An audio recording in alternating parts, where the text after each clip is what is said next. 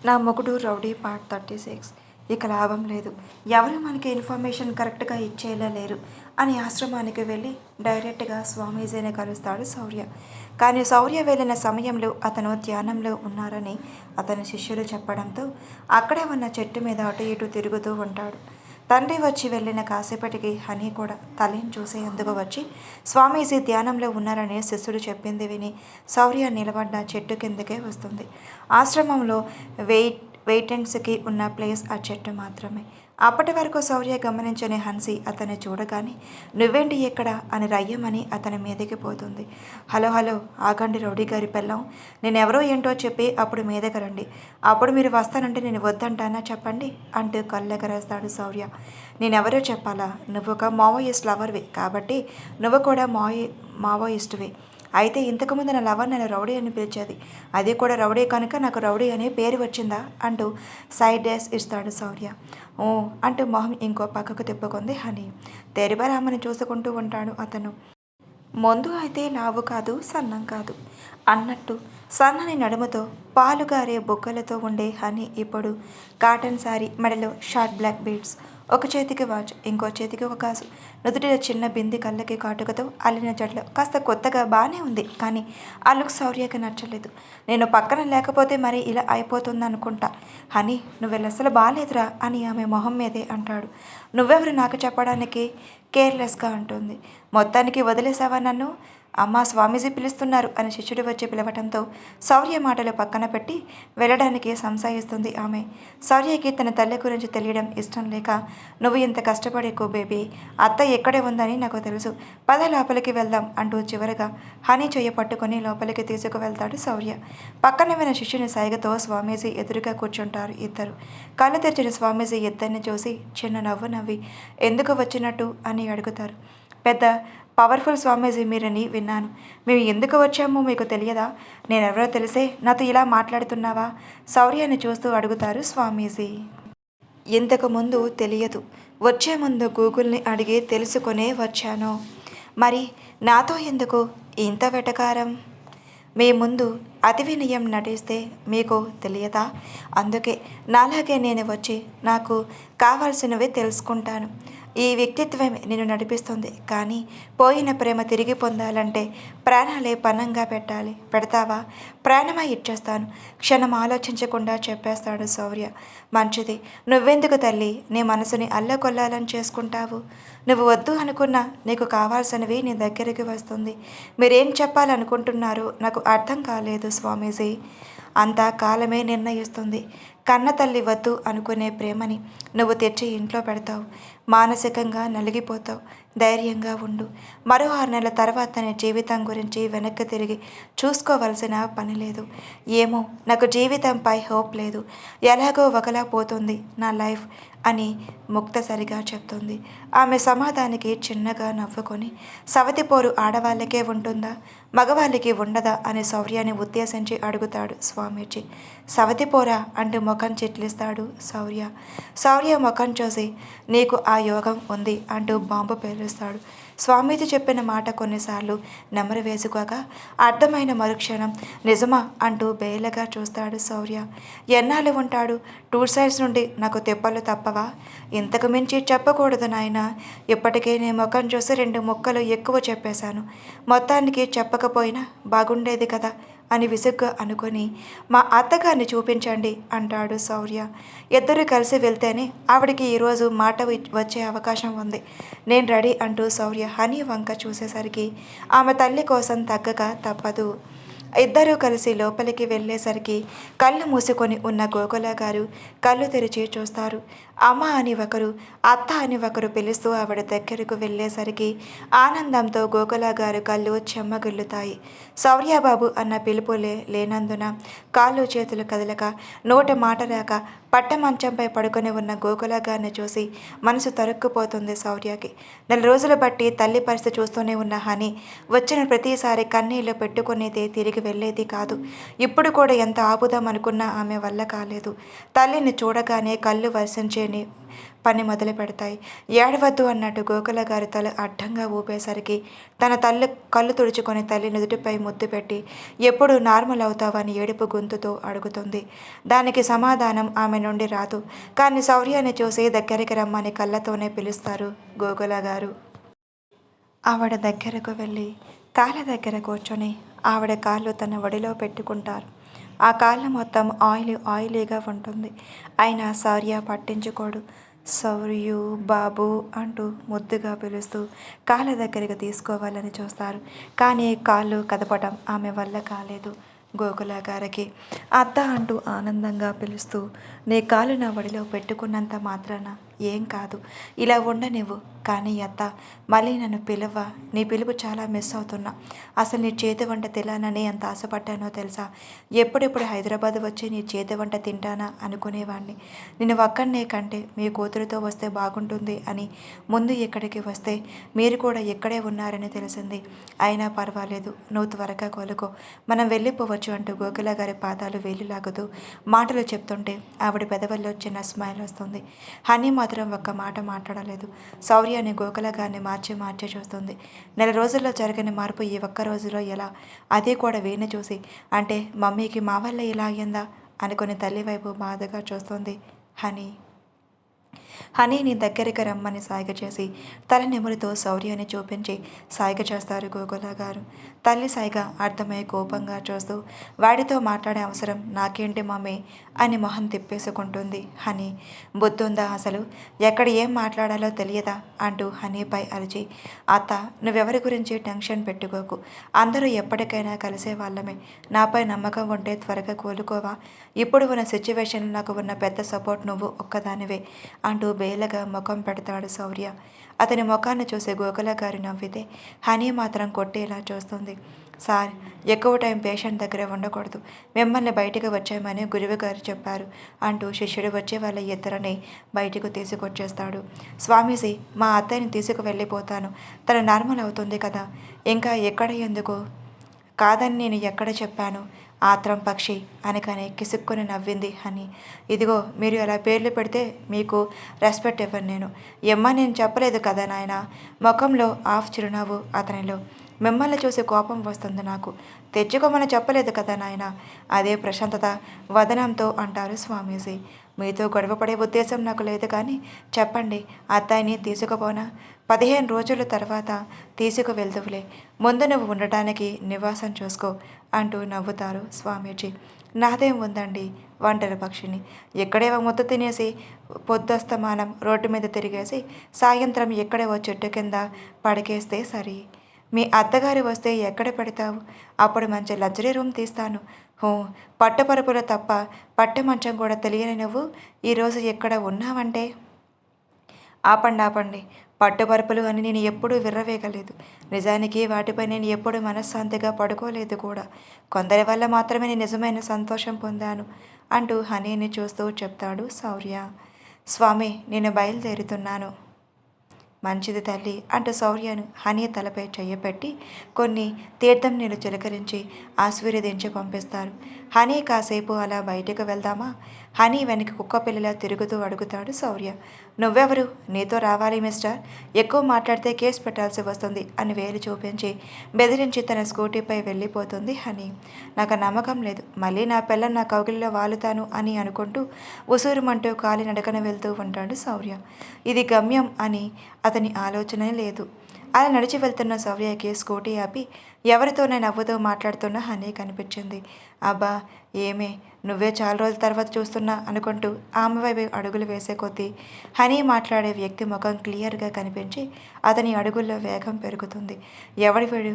కొంపదీసి వీడేనా ఆ సవతి పోరుగాడు? ఏదో రోజు నా చేతిలో చేస్తావరా నా కొడక అనుకుంటూ వాళ్ళ దగ్గరికి వెళ్ళి సైలెంట్గా నిలబడతాడు శౌర్య. అతన్ని చూసి చూడనట్టు హనీ ఉంటే hey man who are you అంటూ మలయాళంలో అడుగుతాడు. హనీ ఎదురుగా ఉన్న వ్యక్తి ఇప్పుడే కదరా తెలుగులో బాగానే మాట్లాడు, ఇప్పుడంటే ఏదో ఇంజెక్షన్తో చేసిన ప్రయోగాలు తెగులు తెచ్చుకున్న కోడిలా మార్చేశావు. తెలుగు వాడవా? ఎవరు బాస్ నువ్వు? మా మధ్యలో వచ్చి డిస్టర్బ్ చేస్తున్నావు? మీ మధ్యలో నేను రాలేదు, మా మధ్యలో నువ్వు వచ్చావు అంటూ వచ్చే కోపాన్ని ఆపుకుంటూ అంటాడు శౌర్య. వాట్? మీరు చెప్పేది ఏం అర్థం కాలేదు బాస్. Akash, leave it. ఏమైనా ఉంటే ఇంటికి వెళ్ళి మాట్లాడుకుందాం. కమ్ ఫాలో మీ అంటూ హనీ అక్కడి నుండి వెళ్ళిపోగానే ఆమెని ఫాలో చేస్తూ తన బైక్పై వెళ్తాడు ఆకాష్. నిజంగా నన్ను మర్చిపోయావి అంటే రౌడీ బేబీ. వెళ్తున్న హనీని చూస్తూ తన నడక కొనసాగిస్తాడు శౌర్య. శ్రీ లెగు, మార్నింగ్ మార్నింగ్ వర్షం పడుతుంది, ఎంజాయ్ చేద్దామంటూ బోర్లా తిరిగి నిద్రపోతున్న శ్రీరామ్ వీపుపై బాధేస్తూ అతని నిద్రకి భంగం కలిగిస్తుంది సీతు. ఎహే, వచ్చిన దగ్గర నుండి వెతవగాల పెడుతూనే ఉన్నావు, వర్షం ఎప్పుడు చూడలేదా? నన్ను మింగుతున్నావు. లేచి ఇప్పుడు ఆ గడ్డ కట్టే మంచు వర్షంలో చిందులు వెయ్యాలా ఏంటి నువ్వు నీ ఎదవ ఓవరాక్షన్ కాకపోతే అని ఆమెను కసరి నిద్ర చెడిపోవటంతో ఫేస్ వాష్ చేసుకొని ఆ ఫ్లోర్లో ఉండే జిమ్ రూమ్కి వెళ్తాడు శ్రీరామ్. ప్రతి ఫ్లోర్కి ఒక జిమ్ రూమ్ ఉండటం ఆ హోటల్ యొక్క ప్రత్యేకత. తను శ్రీరామ్ దగ్గరికి వచ్చే నెల అవుతున్నా ఎప్పుడు ఇంతగా అరవకపోవటంతో ఏడుపు వస్తుంటే బ్లాంకెట్ కప్పుని బాల్కనీలో కూర్చుంటుంది. జిమ్ పూర్తి చేసుకొని వచ్చిన శ్రీరామ్కి రూమ్లో ఎక్కడ సీతు కనిపించక ఆమె కోసం వెతికి బాల్కనీలోకి వెళ్తాడు. కాళ్ళు రెండు ముడుచుకొని కూర్చొని వెక్కి వెక్కి ఏడుస్తూ కనిపిస్తుంది ఆమె. ఆమెను మూటలా ఎత్తుకుని తీసుకువచ్చి బెడ్పై కూర్చోబెట్టి కాఫీ ఆర్డర్ పెట్టి, ఇప్పుడు చెప్పు, ఎందుకు ఆ వర్షాన్ని చూసి అంతగా అరిచావు అని అడుగుతాడు. పిచ్చి ముదిరి, అది అయితే నిజమే, చిన్నగా ముదరలేదు, చాలా పెద్దగా ముదిరిపోయింది నీకు పిచ్చి. వెళ్ళి కాఫీ వచ్చింది తెచ్చుకో అని మూతి ముడిచి అతనికి దూరంగా జరిగి కూర్చుంటుంది సీతు. వచ్చిన కాఫీ అందుకొని డోర్ లాక్ చేసి ఒక సిప్ చేసి ఆమె నోటి దగ్గర పెడతాడు శ్రీరామ్. నాకు వద్దు అని బెడ్పై నుండి దిగేస్తుంది ఆమె. ఫ్రాక్షన్ ఆఫ్ సెకండ్లో ఆమెను తన మీదకు లాక్కొని తన ఒడిలో కూర్చోబెట్టుకుంటూ మెడవంపుల్లో పెదవులతో రాస్తూ, నీపై నాకు కోపం ఉంది అంటాడు శ్రీరామ్. ఎందుకు శ్రీ? నేను నీకు నచ్చినట్టు ఉండటం లేదా? నెల రోజులు అవుతున్నా నీలో మార్పు లేదు. అదే కఠినత్వం చూపిస్తావు, హెల్త్ బాగోకపోతే కేర్ చేస్తావు, మళ్ళీ కోపంగా అరుస్తావు. నేను ఎలా అర్థం చేసుకోవాలి అసలు? ఇక్కడికి ఎందుకు వచ్చావు? నన్ను ఎలా అర్థం చేసుకొని వచ్చావు? వదని అన్నయ్యని ఇగ్నోర్ చేశాడని నువ్వు నన్ను దూరం పెట్టావు, ఇదేనా నిజం? ఇంకొక లైఫ్ నాతో కంపేర్ చేసుకొని రియాక్ట్ అయ్యే మూర్ఖిడ్లా కనిపిస్తున్నానా?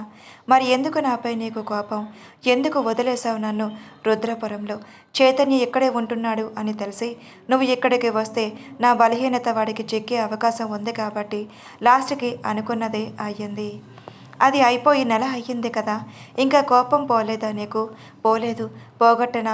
మత్తుగా అతని వైపు చూస్తూ అడుగుతుంది సీతు.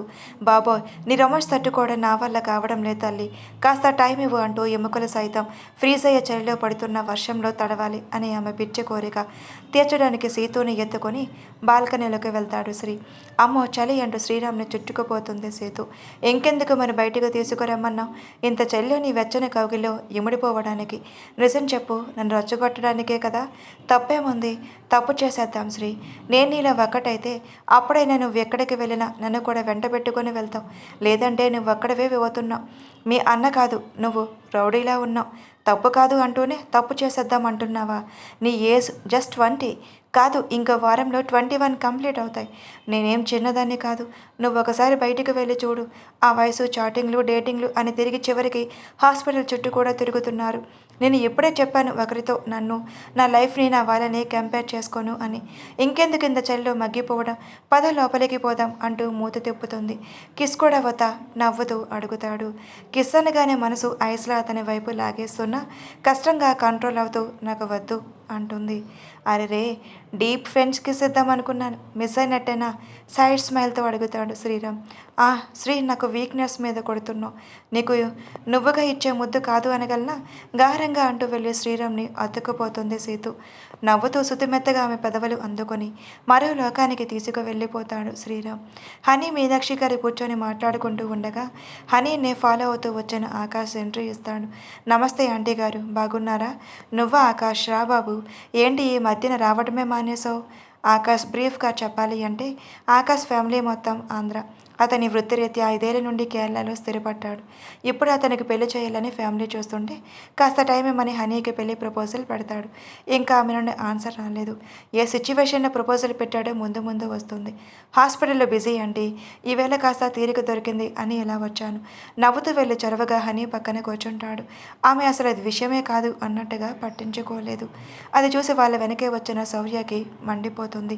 ఇంకేంటి బాబు, ఇంట్లో అందరూ బాగున్నారా అంటూ ఆప్యాయంగా పలకరిస్తారు మీనాక్షి గారు.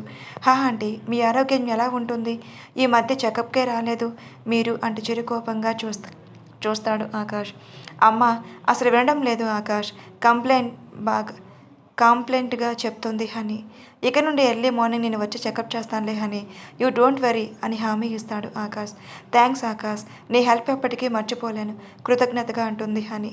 నో ఫార్మాలిటీస్ హనీ, నేను పెట్టిన ప్రపోజల్ ఎప్పుడు యాక్సెప్ట్ చేస్తావు? ఏం ప్రపోజల్ పెట్టి వచ్చావురా నా సవతిగా? కిటికీ చాటు నుండి వాళ్ళ మాటలు వింటూ అనుకుంటాడు శౌర్య. మమ్మీ క్యూర్ అవ్వాలి ఆకాష్.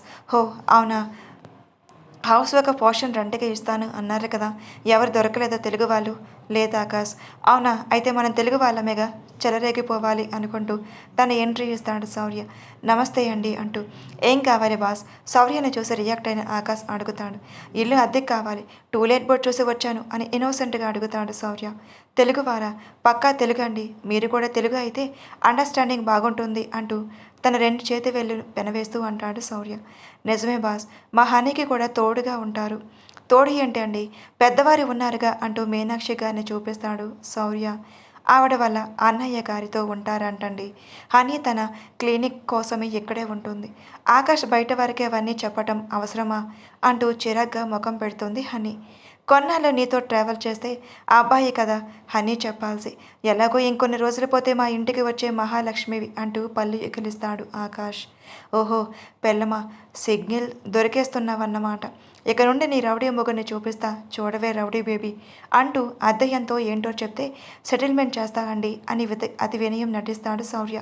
శౌర్య ఆస్కార్ లెవెల్ యాక్టింగ్కి ఒకరి మొక్కలు ఒకరు చూసుకుంటారు హనీ మీనాక్షి గారు. సరే బాస్, మీరు సెకండ్ బెడ్రూమ్లో వాడుకుంటూ అటువైపు ఉండాలి, ఇటువైపు వీళ్ళు ఉంటారు అని శౌర్యకి ఎక్స్ప్లెయిన్ చేసి తనకి హాస్పిటల్ నుండి కాల్ రావడంతో ఆకాష్ వెళ్ళిపోతాడు. అత్తమ్మ హెడ్ఏక్ వచ్చేస్తుంది నాకు, స్ట్రాంగ్గా టీ పెట్టివు అని చెప్పి రూమ్లోకి వెళ్ళిపోతుంది హనీ.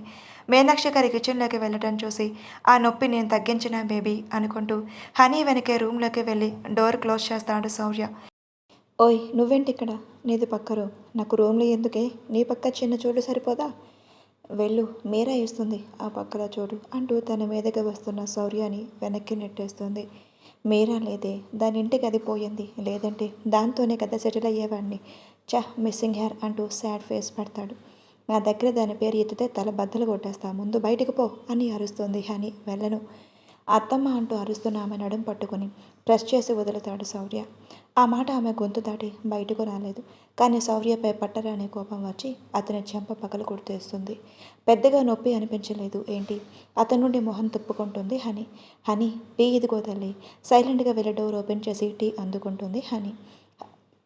హనీకి కాస్త వెనక ఉన్న శౌర్యాన్ని చూసి నువ్వెక్కడ ఏం చేస్తున్నావు అని సీరియస్గా అడుగుతారు మీనాక్షి గారు. తల్లి ఎప్పుడు పెద్దగా అరవడమే తెలియదు. తల్లి కళ్ళల్లో అంత కోపం చూసేసరికి కాస్త బాధగా అనిపిస్తుంది శౌర్యకి. కానీ అతని ఫీలింగ్స్ కనిపించకుండా ఫేస్ నార్మల్గా పెట్టేస్తాడు శౌర్య. నిన్నే అడిగేది, నువ్వు ఇక్కడ ఏం చేస్తున్నావు? నా పెళ్ళంతో రొమాన్స్ చేస్తున్నాను అని కోపంగా చెప్పి నువ్వు కూడా నాపై అరుస్తున్నావా అమ్మా? ఈ శౌర్య గురించి తెలిసిన ఏకైక మనిషివి నువ్వు కూడా ఇలా మాట్లాడటం ఏం బాగాలేదమ్మా. ఏడ్చావులే, సెంటిమెంట్స్తో కొడితే కరిగే అమ్మ కాదు నీ ముందు ఉంది, నీ కోడలకి తల్లిగా మాత్రమే అని చెప్పి విసురుగా లోపలికి వెళ్ళిపోతారు మీనాక్షి గారు. హనీని వచ్చేతో నీ చేత్తో కాఫీ ఇవ్వవే, తల పగిలిపోతుంది ఫీలింగ్ అంటూ తల పట్టుకుంటాడు శౌర్య. అతను చెప్పగానే కిచెన్లోకి వెళ్ళిపోతుంది. నిజంగానే తన కోసం కంగారు పడి కాఫీ తెస్తుంది అని శౌర్య అనుకునేలోపే అతని చేతిలో ఒక కప్ పెట్టింది. అది ఒక సిప్ చేయడంతోనే బయటకు వెళ్ళి ఉమ్మేసి వచ్చి ఏంటి హనీ ఇది అడుగుతాడు. బ్లాక్ కాఫీ అని ముక్తసరిగా సమాధానమిస్తుంది. అదే ఎందుకని కూలింగ్ నీళ్ళలో కాఫీ పౌడర్ వేసి తెచ్చో, తేవడం ఇష్టం లేకపోతే తీసుకురానని చెప్తే పోయేది కదా, అలా చేస్తే హనీ ఎందుకు అవుతుంది అని తన చీర కొంగు భుజంపై వేసుకొని లోపలికి వెళ్ళిపోతుంది. ఎప్పుడు మారుతారు వీళ్ళు అనుకుంటూ రూమ్లోకి వెళ్లకుండా సోఫాలోనే నిద్రపోతాడు శౌర్య. Days are passing. మరో వారం గడిచేసరికి నార్మల్ అయిన గోకుల గారు ఇంటికి వచ్చేయడంతో ఆమెను చూసుకోవడానికి మీనాక్షి వాళ్ళు ఉంటున్న ఇంటికి వెళ్ళిపోతారు. ఇక్కడ హనీ శౌర్య మాత్రమే ఉంటారు. ఆ వారం రోజులు పగలంతా హనీని ఇబ్బంది పెట్టకుండా బయట తిరుగుతూ నైట్ టైం వచ్చేసరికి మాత్రం ఆమెను అడగకుండానే ఆమె వండుకున్న ఫుడ్ తినేసి ఆమెను విసిగించేవాడు. 1-2 సార్లు హనీ గొడవ పడినా కానీ శౌర్య లెక్క చేయకుండా పోవటం వల్ల ఇక ఏం చేయలేక అతనికి కూడా ఎక్స్ట్రా ఫుడ్ కుక్ చేయడం మొదలు పెడుతుంది. ఆమెతో ఎంత చొరవగా చూపించినా హన్సీ అస్సలు పట్టించుకోదు. ఇవన్నీ మీనాక్షి గారు చూసి కూడా చూడనట్టు పోయేవారు. గోకుల గారు రావడంతో ఆవిడ ముందు వాలిపోతాడు శౌర్య. అత్త, రియల్లీ ఐ మిస్ యూ. పెళ్ళవ్వకుండానే పిల్లనిచ్చేసిన మై ఫేవరెట్ అత్తవి నువ్వు. వాళ్ళిద్దరూ నేను లెక్క చేయడం లేదు అంటూ మీనాక్షి గారిపై హన్సీపై కంప్లైంట్ చేస్తాడు. మీనా, నీ కొడుకు నిన్నగాక మొన్న పుట్టినట్టు ఓ గారం పడుతున్నాడు ఏంటి అంటూ గంభీరమైన గొంతుతో లోపలికి వస్తూ అంటారు గోవర్ధన్ గారు. ఏమో అన్నయ్య, నా కొడుకు మీరాబాయితో జంప్ అయిపోయాడు. ఇక్కడ ఉన్నది ఎవరో నాకు తెలియదు అని వెటకారంగా చెప్పి చేతులు ఎత్తేస్తారు మీనాక్షి గారు. చూసావా అత్త, మీ ఆయన కూడా వాళ్ళ పార్టీనే. ఒక్కరు కూడా నాకు చెప్పే అవకాశం ఇవ్వకపోగా తిరిగి తిడుతున్నారు. నువ్వు పట్టించుకోకు శౌర్య బాబు, వాళ్ళే మారుతారు అంటూ శౌర్య తలనిమురుతుంది గోకుల గారు. ఎందుకలా అయిపోయావత్తా? నువ్వే నా మేనలుడువు అని తెలిసినంతసేపు లేదు శౌర్య బాబు నా సంతోషం. నువ్వు ఒక అమ్మాయితో రెడ్ లైట్ ఏరియాలో ఉన్నావని మీ మావయ్య ఎవరి మీదనో అరుస్తుంటే నీ పేరు వినిపించింది. నిలదీశాను. ఏవండి, శౌర్యబాబు వినిపించిందేంటి? వాడెవడో కాదు గోకుల, స్వయంగా మీ అన్న కొడుకు. ఇప్పుడు మన బేబీని వదిలేసి ఇంకెవరు అమ్మాయితో ఒక రూమ్లో ఉన్నాడు అని రెడ్ లైట్ ఏరియా పోలీస్ నాకు కాల్ చేసి చెప్పాడు. నిజం కాదని అరుస్తుంటే పిక్స్ పెట్టారు, నువ్వే చూడు అంటూ గోవర్ధన్ గారు చూపించిన పిక్స్ చూసి అక్కడికక్కడే నరాలు వడిలేసి మాటలు పడిపోయాయి. నోటి నుండి నురగ వచ్చేసి పిట్స్ వచ్చేసింది గోకుల గారికి. ఆవిడ దృష్టిలో శౌర్య అంటే ఎలాంటి తప్పు చేయని మనిషి. కూతుర్ని ఎంత ప్రేమిస్తాడో ఆవిడికి తెలిసిన నిజాలు చాలానే ఉన్నాయి. అలాంటిది మేనల్డు అనుకోగానే సంతోషంతో ఉప్పొంగిపోయింది మనసు. అదే ఇలాడు తప్పు చేశాడు అనగానే ఆ మనసు తట్టుకోలేకపోయింది. వెంటనే నరాలు వీక్ అయిపోయాయి. ఫాస్ట్గా రియాక్ట్ అయిన గోవర్ధన్ గారు హాస్పిటల్కి తీసుకువెళ్ళి అడ్మిట్ చేశారు. ఫిట్స్కి ట్రీట్మెంట్ ఇవ్వగలరు, కానీ మనసుకైన గాయానికి ఇవ్వలేరు కదా. ఆవిడికి అదే జరిగింది. అన్ని విధాల ట్రీట్మెంట్ ఇచ్చి ఆమెలో మాట కానీ చలనం కానీ లేకపోవడంతో ఆయుర్వేదం ట్రై చేయమని ఓ క్లోజ్ డాక్టర్ సజెస్ట్ చేయడంతో గోకుల గారిని తీసుకుని కేరళ వస్తారు గోవర్ధన్ గారు. ఆ ఆశ్రమంలో పేషెంట్ మాత్రమే ఉండాలని రూల్ పెట్టడంతో గోకుల గారిని జాయిన్ చేసి దగ్గరలో ఇల్లు తీసుకొని ఉంటారు ఆయన. గోకుల గారు అందుకే శౌర్యని చూడగానే నార్మల్ అయి ఈరోజు మామూలు మనిషిగా బయటకు వస్తారు. థ్యాంక్స్ అత్త, నువ్వైనా నన్ను నమ్మినందుకు ఆవిడ వడిలో తలవాలుస్తూ చెప్పాడు శౌర్య. నా అల్లుడిపై నమ్మకం లేకపోవడమా? అది జరిగే పనేనా అంటూ శౌర్య తలనిమిరి, వదిన, ఈవేళ నువ్వు నా కూతురు కలిసి వంట చేయండి. అవసరమైతే మీ అన్నయ్య హెల్ప్ కూడా తీసుకో. నా అల్లుడు నిన్ను కడుపు నిండా తిని ఎన్ని రోజులు అయ్యిందో కదా నాన్న, వెళ్ళి ఫేస్ వాష్ చేసుకునిరా అని అంటారు గోకుల గారు. గర్వంగా అందరికీ ఒక లుక్ ఇచ్చి ఫేస్ వాష్ చేసుకుని వచ్చి గోకుల గారి పక్కన సెటిల్ అవుతాడు శౌర్య. ఆర్డర్ వేసింది గోకుల గారు కాబట్టి, ఆశ్రమం నుండి ఈవేళ వచ్చి నోరు తెరిచి అడిగారు కాబట్టి కాదు అనలేక వంట చేయడానికి కిచెన్లోకి వెళ్తారు మీనా, హనీ గారు. గోవర్ధన్ గారు మాత్రం అల్లుడిని గుర్రుగా చూస్తూ భార్య పక్కన సెటిల్ అవుతారు. నువ్వు వెళ్ళవా మామ? ఇన్నోసెంట్గా అడుగుతాడు శౌర్య. నా కూతురు చెల్లితో చేయిస్తుంది సరిపోలేదా? నా చేతి రుచి కూడా కావాలా? అంత ఎక్స్పెక్ట్ చేస్తున్నావేమో చెప్పండి, ఎండ్రిన్ తెచ్చి అందులో కలిపి పెట్టేస్తాను అని పళ్ళు కొరుకుతూ అంటారు ఆయన. ఆపండి, ఏంటా మాటలు? శౌర్యబాబు గురించి తెలిసిన రోజు మీ మాటలు వెనక్కి తీసుకోలేరు అంటూ గదుముతాడు గోకుల గారు. చూద్దాంలే, ముందు వాడిని నిరూపించుకోమని చెప్పు అని చెప్పి రూమ్లోకి వెళ్ళిపోతాడు. మనకి టైం వస్తుంది అత్త, నువ్వేం ఫీల్ కాకు. మీరు ఎప్పుడు సంతోషంగా ఉంటారా అని ఎదురు చూస్తున్నాను బాబు. త్వరలో వస్తుందిలే అత్త, నువ్వు ఫీల్ అవ్వకు అంటూ ఆవిడకు భరోసా ఇస్తాడు శౌర్య. కాసేపటికి వంటలు సిద్ధం చేసి టేబుల్పై పెట్టగానే ప్లేట్లో కొంచెం రైస్ సాంబార్ వడ్డించి గోకుల గారికి తినిపించి ఇంకో ప్లేట్లో తనకి నచ్చిన కూరలు వేసుకుని తినేసి అత్త మళ్ళీ రేపొచ్చి కలుస్తాను అని చెప్పి శౌర్య ఇంటి నుండి వెళ్ళిపోతాడు. శౌర్య చేసేది చూస్తున్న మీనాక్షి గారు హనీలు ఒకరి ముఖాలు ఒకరు చూసుకొని పెదవి విరుస్తారు. శౌర్యలో ఈ మార్పు స్వతంత్రం ఏంటో అర్థం కాక 10 రోజులకు తన భార్యమణితో మాట్లాడటం మానేసిన రానా పూర్తిగా వర్కులో మునిగిపోతాడు. అతన్ని గమనిస్తూనే ఉంటుంది సాధ్వి. కానీ ఈసారి వెళ్ళి అతని బ్రతిమలాడి ఎప్పుడు అతని అలగడం కోపం చూపించడం చేసినా తన వంతుగా బుజ్జగించి తన సాంగత్యంలో అతని కోపం పోగొట్టేది. ఈసారి శౌర్య బాధ్యతల నడుమ భర్తను ఎక్కువ పట్టించుకోవడం కుదరపోగా వర్కులో మునిగిపోయేది. ఆమె పట్టించుకోకపోవడంతో ఆ కోపం ఇంకా ఎక్కువ అవుతుంది రానాకి. ఆఫీస్ నుండి వచ్చిన రానాకి రానా అని జుట్టు పీక్కుంటూ తలనొప్పి భరించలేక రూమ్లోకి రాగానే కోట్ తీసి విసిరేసి తల పట్టుకొని బెడ్పై కూర్చుంటాడు. రానా గురించి తెలిసిందే కదా, ఏది వచ్చినా తట్టుకోడు. ఇప్పుడు ఈ తలనొప్పి కూడా తట్టుకోలేకపోతున్నాడు. వావ ప్రెస్టేట్ అవుతున్నాడు. ఏమైంది డియర్? అతని వెనకే వచ్చిన సాధ్వి అతను తల పట్టుకోవడం చూసి అడుగుతుంది. ఆమెకు సమాధానం చెప్పడు రానా. నిన్నే అడిగేది అంటూ అతను పక్కన కూర్చుంటుంది. బెడ్ దిగేసి బాల్కనీలోకి వెళ్ళిపోతాడు రానా. సైలెంట్గా కిందకి వెళ్ళి స్ట్రాంగ్ టీ పెట్టి తీసుకువచ్చి రానా ముందు పెడుతుంది సాధ్వి. నేను అడగలేదు కదా, నాకు వద్దు, కానీ నీకు అవసరం ఉంది. నా అవసరాలు నువ్వు పట్టించుకోవడం ఎప్పుడో మానేసావుగా అంటూ మళ్ళీ రూమ్లోకి వెళ్ళిపోతాడు. అబ్బా, అటు తిరిగి ఇటు తిరిగితే టీ చల్లారిపోతుంది డియా. సరే, ఈ ఒక్కసారికి ఎక్స్క్యూజ్ చేయి. సారీ అంటూ అతని వెనకే రూమ్లోకి వెళ్తుంది. ఏంటి ఎక్స్క్యూజ్ చేసేది? నేను నీకు తప్ప అందరూ ఎక్కువే. నాకు నువ్వే ఎక్కువ అనుకునే కొద్దీ నన్ను పక్కన పెడుతున్నావు కదా. అలాగే ఉండు. ఆఖరికి పిల్లలు పుట్టకపోయినా నేనేమీ అనకుండా నెత్తిన పెట్టినందుకు తగిన శాస్త్ర జరిగింది నాకు. ఏమన్నావు? పిల్లలు పుట్టకపోయినా నన్ను నెత్తిన పెట్టుకున్నావా? నన్ను ఇష్టపడి ప్రేమించి పెళ్లి చేసుకోలేదా? కేవలం సానుభూతితో చేసుకున్నావా? కళ్ళల్లో నీళ్లు తిరుగుతుంటే అడ్డుకట్ట వేయలేక వాటిని స్వేచ్ఛని ఇస్తూ అడుగుతుంది. సానుభూతి నీకు అది చూపించడం కూడా ఎక్కువేలా? హో, నీకు నేను అవసరం ఎలాగో లేదుగా. నా నుండి విడిపోయి నీకు నచ్చినట్టుగా ఊరేగు. విడిపోవడమా అంటే? అవును, నీకు డివోర్స్ ఇచ్చేస్తాను. అప్పుడు నా బాధ్యత తప్ప అందరి బాధ్యతలు తీరుస్తూ కూర్చో అని చెప్పి కబోర్డ్లోనే ఉండి హాట్ ఆల్కహాల్ తీసుకొని సాధ్వి ఎదురుగానే ఫుల్గా తాగేసి బెడ్కి అడ్డంగా పడిపోతాడు.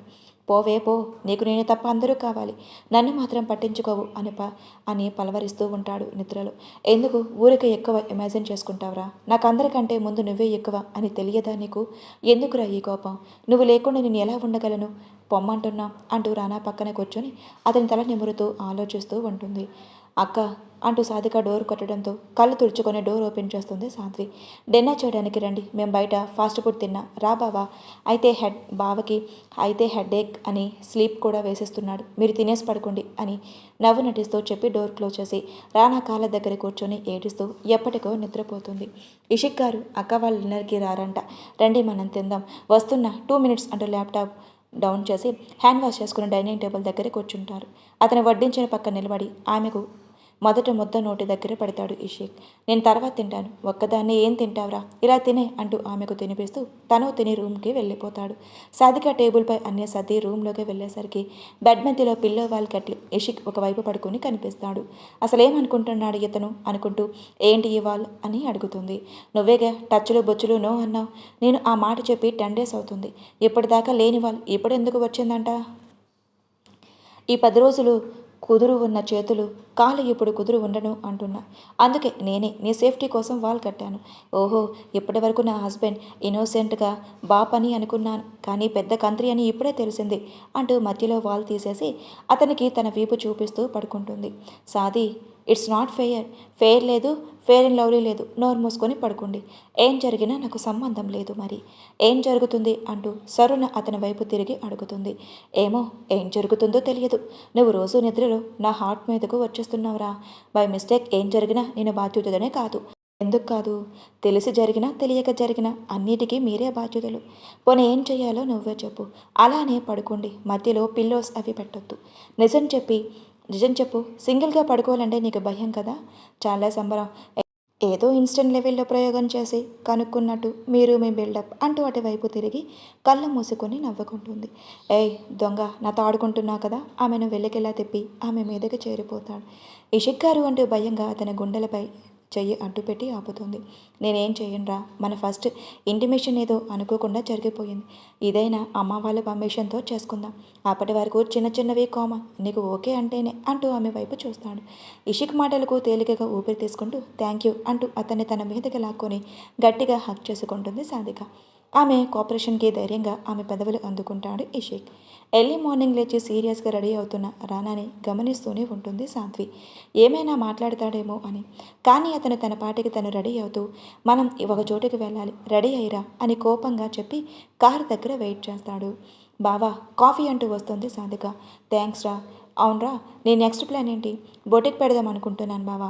ఇషిక్ గారు దానికోసం ప్లేస్ మెటీరియల్స్ అన్నీ అరేంజ్ చేస్తున్నారు. అవునా, ఈవేళ మీరు ఎక్కడికైనా వెళ్ళాలి అనుకుంటున్నారా? లేదు బావా. ఏం లేదు, క్యాజువల్గా అడిగాను అంటూ ఖాళీ అయిన కప్ ఆమె చేతులు ఉన్న ట్రేలో పెట్టేసి మేము బయటకు వెళ్తున్నాం, వచ్చేలోపు లేట్ అవ్వచ్చు అని చెప్పి సాధ్వి రావడం చూసి కారులో కూర్చుంటాడు.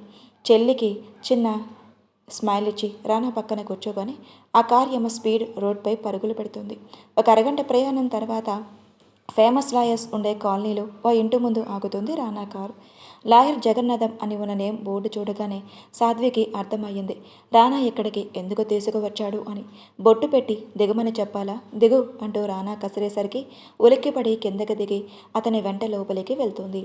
సార్ ఎవరు కావాలి? గేట్ దాటి అడుగుపెట్టిన వెంటనే జగన్నాథం గారి అసిస్టెంట్ ఎదురయ్యి అడుగుతాడు. మీ సార్ ఉన్నారా? ఉన్నారు సార్, ఆయన రావడానికి ఇంకో అరగంట పడుతుంది అని కూర్చోవడానికి చైర్స్ చూపిస్తాడు ఆ అసిస్టెంట్. ఈలోపు ఒక సర్వెంట్ వచ్చి రానా సాధ్వీలకు కాఫీ ఇచ్చి వెళ్ళిపోతుంది. కానీ ఇద్దరూ తాగరు. రానా ఇంటి దగ్గర తాగి రావటంతో తాగకపోతే సాధ్వి మనసు బాగోక తాగదు. అరగంట పైన 5 నిమిషాలు అయ్యాక జగన్నాథం గారికి ఆ ఇంట్లో ఉన్న ఆఫీస్ రూమ్కి వచ్చి కూర్చునేసరికి అసిస్టెంట్ వెళ్ళి రానా సాధ్వి గురించి చెప్పి ఇద్దరిని ఆఫీస్ రూమ్లోకి పంపుతాడు.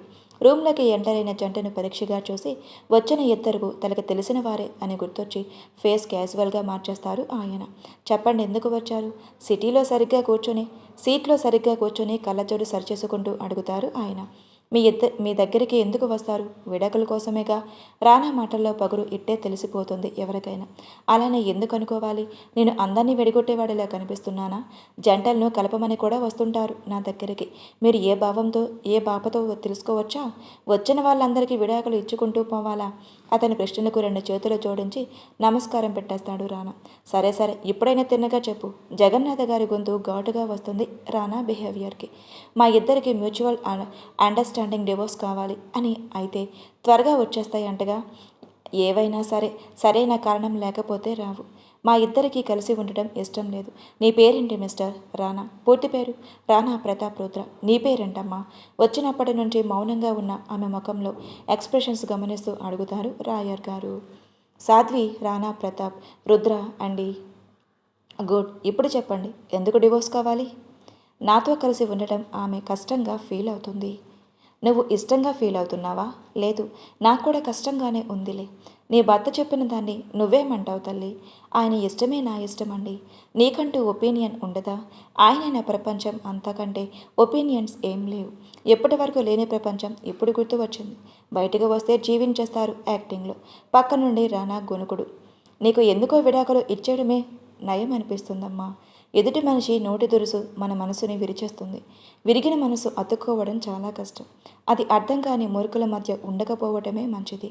కన్నీళ్లతో లాయర్ గారిని చూస్తుంది సాధ్వి. ఎన్నో ఏళ్ల అనుభవం తల్లి. ఆ మాత్రం పరిస్థితులు అర్థం కావా? ఆయన నేను లేకుండా ఉండలేరు సార్. ఇదంతా ఎప్పటి కోపమే. ఆయన మనసు వెన్న అని నాకు మాత్రమే తెలుసు. నేను ఉండగలను. నీ నుండి నీడ్స్ లేకుండా బ్రతికి చూపిస్తాను.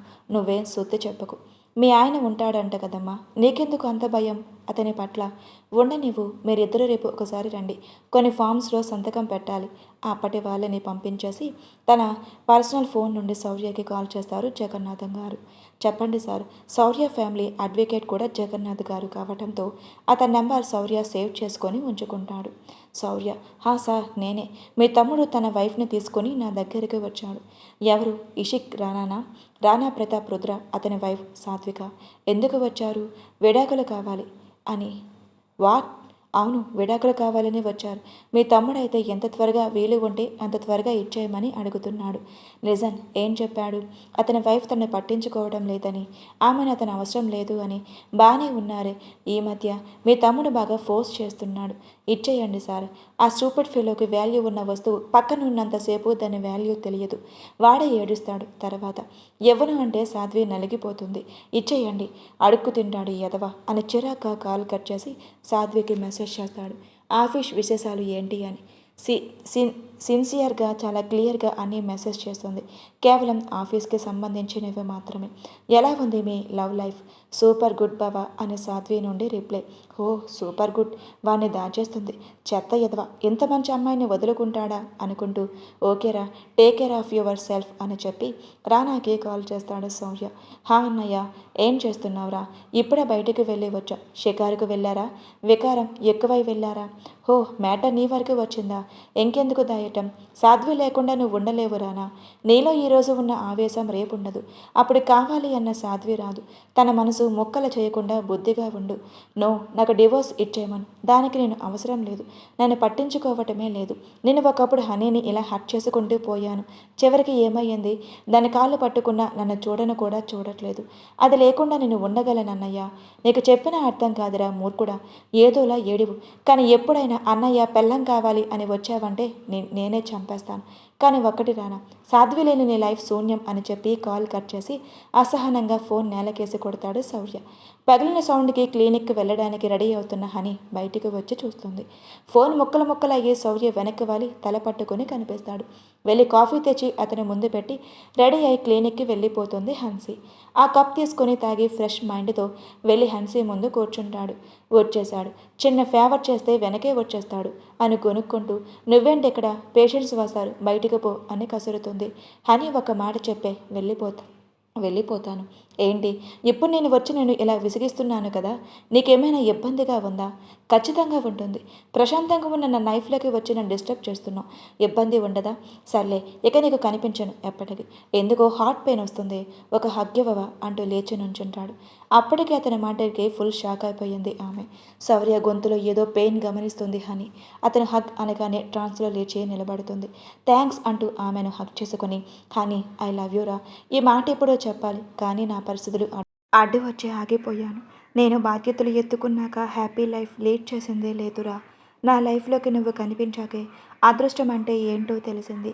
డబ్బు ఉంటే అన్నీ సంతోషాలే అనేది అబద్ధం హనీ. మా వంశానికి వారసత్వ సంపద చాలానే ఉంది, కానీ ఏనాడు సంతోషంగా లేను. కేవలం నువ్వు వచ్చాకే హ్యాపీగా ఉన్నాను. Take care. నేను లేకపోయి నువ్వు ఉండగలవు అని ఈ కొద్ది రోజుల్లోనే అర్థమయ్యింది అని హన్సీని వదిలి ఆమె తలపై ముద్దు పెట్టి వెనక్కి తిరిగి చూడకుండా వెళ్ళిపోతాడు. వెళ్తున్న అతని వైపు చూస్తున్న హనీ చేతిలోకి ఆమె మెడలో ఉన్న తాళి తెగి చేతిలో పడిపోతుంది. శౌర్య హక్ చేసుకున్నప్పుడు ఇద్దరి మెడలో ఉన్న చైన్ పెనవేసుకుంటాయి. అతను ఫాస్ట్గా వెనక్కి తిరగటంతో ఆమె మెడలో చైన్ తెగి మెల్లగా చీరల నుండి జారి చేతిలోకి వచ్చి పడుతుంది. తెగిన తాళిని కన్నీళ్లతో చూస్తూ ఉండిపోతుంది ఆమె. నెక్స్ట్ డే మళ్ళీ లాయర్ దగ్గరికి వెళ్తారు రానా సాధ్వి. ఈ నిర్ణయాల్లో మార్పు ఏం లేదా? లేదు. సరే, మీకు విడాకులు రావాలి అంటే ముందు మీరు ఇద్దరు 6 నెలలు వేరు కాపురం పెట్టాలి. మేము ఆల్రెడీ వేరుగానే ఉంటున్నాం. మాతో మా పేరెంట్స్ ఏమీ ఉండట్లేదు. మీతో పాటు ఇంకో జంట కూడా ఆ ఇంట్లో ఉంటుంది. ఆ ఇంట్లో మీరు ఉన్న లెక్క లేదు. ఎందుకు? అదే ఇంట్లో మీరు ఉన్నారు. మీ వైఫ్ కాఫీ ఇవ్వకపోయినా మీ మరదలు తెచ్చి ఇవ్వచ్చు బావగారు అనే గౌరవంతో. మీ మధ్య మూడో వ్యక్తి ఉండకూడదు. అంటే మీరు బయట ఫ్లాట్ తీసుకోవాలి. ఇద్దరూ కలిసి ఉండాలి. కలిసి పని చేసుకుంటూ ఉండాలి. మిమ్మల్ని కలవడానికి ఎవ్వరూ రాకూడదు. మీ పని మీరే చేసుకోవాలి. No mates. అలా 6 నెలలు ఉండి కూడా ఇదే పరిస్థితి ఉంటే ఖచ్చితంగా విడాకులు వచ్చేస్తాయి. అయితే నేను రెడీ. సాధ్వి వంక చూసేసరికి ఆమె కళ్ళతోనే సమ్మతం తెలిపేసరికి వాళ్ళతో కొన్ని పేపర్స్లో సైన్ చేయిస్తారు లాయర్ జగన్నాథం గారు. ఇక వెళ్ళొచ్చు. నేను రేపు మళ్ళీ వచ్చి చెక్ చేస్తాను. ఫ్లాట్ అడ్రస్ పెట్టండి అని చెప్పగా రానా సాధ్వి ఇంటికి వెళ్ళిపోతారు. ఆమె కంట్లో ఒక కన్నీటి చుక్క కూడా బయటకు రాదు. ఆమె మనసు బండరాయిలా అయిపోతుంది రానా ప్రవర్తనకి. ఇంటికి వెళ్ళడమే ఇషిక్ సాదీలకి విషయం చెప్పి రానా బయటకు వెళ్ళిపోతాడు. రానా చెప్పిన దానికి బొమ్మలా నిలబడిపోతారు ఇషిక్, సాదికలు. సాదిక, మా గురించి ఆలోచించి మీరు డిస్టర్బ్ అవ్వద్దు ప్లీజ్. మా జీవితాలు ఎలా అవ్వాలి అంటే అలా అవుతాయి. మేము ఎక్కడ ఉండడానికి రూల్స్ ఒప్పుకోలేదు. ప్లీజ్ మీరైనా హ్యాపీగా ఉండడానికి ట్రై చేయండి అని ముఖంలో ఏ భావం లేకుండా చెప్పి రూమ్లోకి వెళ్ళి లగేజ్ సర్దుకుంటుంది సాధ్వి. బయటికి వెళ్ళిన రానా నుంచి లగ్జరియస్ ఫ్లాట్ ఒకటి సెలెక్ట్ చేసి జగన్నాథం గారికి అడ్రస్ షేర్ చేస్తే అతను వచ్చి చూసి రానా వంక మిర్రుని చూస్తాడు. 2 బెడ్రూమ్స్, 2 కిచెన్స్, 2 హాల్స్, ఒక ఫ్లాట్ అయినా అన్నీ సపరేట్గా ఉండేటట్టు ఫ్లాట్ సెలెక్ట్ చేస్తాడు రానా. నిన్ను కలిసి ఉండాలి అన్నాను, కానీ ఇలా కలిసి ఉన్నట్టు నటించేలే కాదు మిస్టర్ రానా ప్రతాప్ రుద్ర. మీకు ఫ్లాట్ నేను చూస్తాను, అదే ఫిక్స్ అని అడ్రస్ చెప్పి వెళ్ళిపోతాడు. డైరెక్ట్గా లాయర్ గారే వచ్చి చెప్పేసరికి అన్నీ మూసుకొని మరుసటి రోజు సాధ్వితో గృహప్రవేశం చేస్తాడు. అంటే సాధ్వి సెంటిమెంట్గా ఫీల్ అవుతుంది, కానీ రానా అనే బండ ఫీలింగ్లెస్తో లెఫ్ట్ లెగ్ పెట్టి మరీ వస్తాడు. రానా ప్రవర్తన చూసి చూడనట్టు వదిలేస్తాడు సాధ్వి. రానా పేరుకే అయితే ఫ్లాట్లో ఉంటున్నాడు, కానీ సాధ్వితో మాట్లాడటం లేదు. ఆమె వండినది తినడం లేదు. పూర్తిగా ఆఫీస్కి వెళ్ళడం మానేశాడు. ఒకప్పుడు శౌర్య కంపెనీలో మ్యాచ్ చేయమని చెప్పి తను సైడ్ అయిపోయిన అతని కంపెనీని, తన తమ్ముడికి ఒక గుర్తింపు ఉండాలని ఆ కంపెనీని మ్యాచ్ చేయకుండా తన కంపెనీతో సమానంగా అభివృద్ధి చేస్తూ వస్తాడు శౌర్య. ఆ విషయం తెలిసిన రానా తన కంపెనీ తన హ్యాండ్ ఓవర్లోకి తీసుకొని ఆఫీస్కి వెళ్తూ ఉన్నాడు. ప్రస్తుతం ఎస్ఎస్ కంపెనీ సాధ్వి హ్యాండిల్ చేస్తుంటే ఆర్ఎస్ కంపెనీ రానా రన్ చేస్తూ ఇద్దరు పోటాపోటీగా నడుపుతూ ఉంటారు. రానా సాధ్వి లేని ఆ ఇంట్లో తాము ఇద్దరు ఉండలేక రుద్రపురం వెళ్ళిపోతారు ఇషిక్ సాధికాలు. హన్సీతో మాట్లాడి వెనక్కి తిరిగి చూడకుండా బయటికి వచ్చేసిన శౌర్య అలా నడుచుకుంటూ వెళ్తూ ఉంటాడు. గమ్యం అంటూ లేదు, టార్గెట్ అంటూ లేదు, కేవలం ఆలోచన నడుమ నడుచుకుంటూ వెళ్తూ ఉంటాడు. అంతలో ఎక్స్క్యూజ్ మీ అంటూ వినిపిస్తుంది. తల ఎత్తి చూసిన శౌర్యకి ఎదురుగా ఆకాష్ కనిపిస్తాడు. నువ్వా? నేనే, ఐఎమ్ ఆకాష్. నేను ఒక కార్డియాలజిస్ట్ని, మీతో కొంచెం మాట్లాడాలి, అలా కాఫీ తాగుతూ మాట్లాడుకుందామా అని అంటాడు ఆకాష్. ఏం మాట్లాడాలి? మీ వైఫ్ గురించి సూటిగా శౌర్యనే చూస్తూ చెప్తాడు ఆకాష్. నీకు తెలుసా? తెలుసుకున్నాను. ఎలా ఫాలో చేస్తున్నావా అంటూ సీరియస్గా అడుగుతాడు శౌర్య. వెయిట్, ఇలా రండి అంటూ పక్కనే ఉన్న కాఫీ షాప్కి తీసుకువెళ్తాడు ఆకాష్. ఎప్పుడైనా చెప్తావా లేదా? మీకు శ్యామ్ తెలిసే ఉంటాడు కదా. శ్యామ్ వాడ గుంటనక్క, వాడెందుకు తెలియదు? ఇప్పుడు వాడి క్యారెక్టర్ ఎంత నెగిటివ్ అయినా ఒకప్పుడు నా ఫ్రెండ్. మేమిద్దరం మెడికో స్టూడెంట్ కాలేజ్ టైంలో. పార్టీ 5 days బ్యాక్ హన్సీ నాకు ఎయిర్పోర్ట్లో కనిపించింది. మీనాక్షి ఆంటీకి ఫ్లైట్ దిగిన వెంటనే హార్ట్ అటాక్ వచ్చింది. నేనే మా హాస్పిటల్కి తీసుకువెళ్ళి ట్రీట్మెంట్ ఇచ్చాను. ఆ టైంలో ట్రీట్మెంట్ అయ్యే అన్ని లక్షలు వాళ్ళు లేకపోవడంతో దాన్ని ఆసరాగా తీసుకొని హన్సీకి పెళ్లి ప్రపోజల్ పెట్టాను, నా స్వార్థం కోసం. అతని మాటకి శౌర్య చెయ్యి బిగుసుకుపోవటం చూసిన ఆకాష్, బాస్ పూర్తిగా విను అంటూ శౌర్య చెయ్యి ఉంచి కూల్ చేస్తాడు. బట్ హన్సీ ఒప్పుకోలేదు. తన దగ్గర మెడలో ఉన్న చేతి గాజులు తీసి ఇవ్వబోయింది. అవి ఇచ్చుకోవడం ఇష్టం లేక ఐ వాంట్ లిక్విడ్ క్యాష్ అన్నాను. ఫ్యూ డేస్లో ఇస్తాను అని ఆంటీని తీసుకొని వెళ్ళిపోయింది. మీనాక్షి ఆంటీ కోలుకున్నాక ఆవిడతో ఫ్రెండ్లీ నేచర్ ఏర్పడింది నాకు. వాళ్ళకి ఇప్పుడు ఉన్న ఇల్లు నేనే చూశాను. ఈసారి ఆంటీని అడిగాను హన్సీని పెళ్లి చేసుకుంటాను అని. ఏం తెలుసని డైరెక్ట్గా పెళ్లి గురించి అడుగుతున్నావు అని తిరిగి నన్ను అడిగారు. నేను ఒకే మాట అన్నాను, అన్నీ తెలుసుకొని పెళ్లి చేసుకుంటే అది ప్రేమ అవ్వదు అని. ఆంటీ ఏం మాట్లాడలేదు. కానీ ఆంటీ హన్సీ దగ్గర పెళ్లి టాపిక్ తెచ్చేసరికి డైరెక్ట్గా నా దగ్గరికి వచ్చి నన్ను లాగిపెట్టి కొట్టింది. నేను షాక్. చుట్టూ ఎవరు కాబట్టి సరిపోయింది, పెళ్లి చేసుకోవడం కుదరదు అని చెప్పేసింది. తనపై నాకు చాలా కోపం వచ్చింది. తెలుగువారి అని హైదరాబాద్ అని అడ్మిట్ చేసుకునేటప్పుడు తెలియడంతో అక్కడ నాకు తెలిసిన ఫ్రెండ్ అయిన శ్యామ్ని కాంటాక్ట్ అయ్యాను. హన్సీ గురించి అడిగాను. ఇంతకుముందు వాడు చేసింది, మీరు వాడిని కొట్టింది అంతా చెప్పాడు. మీ గురించి చెప్తున్నాడే కానీ వాడి నోటి నుండి మాటే చాలా కష్టంగా వచ్చింది. అప్పుడే తెలిసింది హన్సీకి పెళ్ళయ్యింది అని. సమ్ ఇష్యూస్ వల్ల మీరు దూరంగా వచ్చేసింది అని. ఎలాగో విడిపోయారు కదా అని మళ్ళీ పెళ్లి గురించి ప్రపోజల్ పెట్టాను. ఈసారి బ్లాక్మెయిల్ చేశాను. ఆంటీ ట్రీట్మెంట్కి కట్టాల్సిన డబ్బు అంతా ఇచ్చేయమని, లేదంటే పెళ్లి చేసుకోమని, కొన్ని రోజులు టైం ఇమ్మని అడిగింది. ప్రస్తుతం ఇంకా టైం కావాలి అని అంటుంది అనుకోండి అంటూ నవ్వుతుండు. అంతే, ఆకాష్ గోబ గులాబ్జామ్ అయిపోతుంది. నేను చెప్పడం ఇంకా అవ్వలేదు అంటూ ఏడుపు మొహం పెడతాడు ఆకాష్. పర్వాలేదు చెప్పు. ఈ దెబ్బ నా హనీని టార్చర్ చేసినందుకు. అప్పుడు కూడా నేను కావాలని చెయ్యలేదు. ఈ వంపునైనా మీ మీద ఒపీనియన్ బయటపడుతుందేమో అని అడిగాను. కానీ తను స్టన్ అయిపోవడానికి సిద్ధపడింది.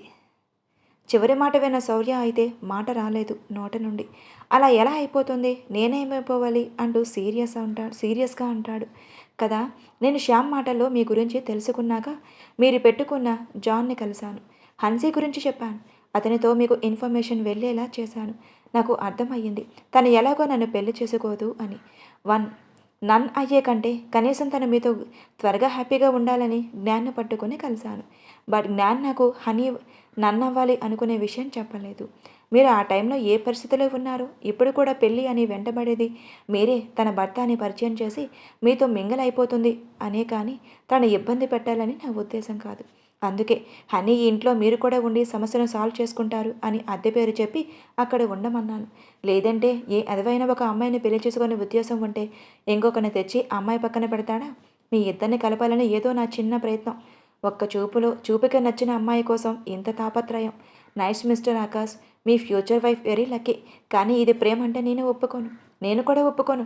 బట్ నా కూతురికి మంచి తల్లి దొరుకుతుంది అని మీనాక్షి గారిని హనీని చూసుకునే తీరును బట్టి అనిపించింది. స్వార్థంతో హనీని పెళ్లి చేసుకోవాలి అనుకున్నాను. ఎప్పుడైతే హనీకి పెళ్ళయ్యింది అని తెలిసిందో అప్పుడే నా ఆలోచనలు విరమించుకున్నాను. వాట్, కూతురా? అవును బాస్, నాకు పెళ్ళయ్యింది, పాప కూడా ఉంది. కానీ ఏం లాభం, నేను నా కూతురు వద్దు అనుకొని వెళ్ళిపోయింది నా వైఫ్. ఓ, ఎన్ని రోజులు అయ్యింది? సంవత్సరం అయ్యింది. తన పేరు Roja. Please like and subscribe for more videos. Story ఎలా అనిపించిందో కామెంట్ రూపంలో తెలియజేయండి. అలాగే హైప్ ఇవ్వటం మాత్రం మర్చిపోవద్దు.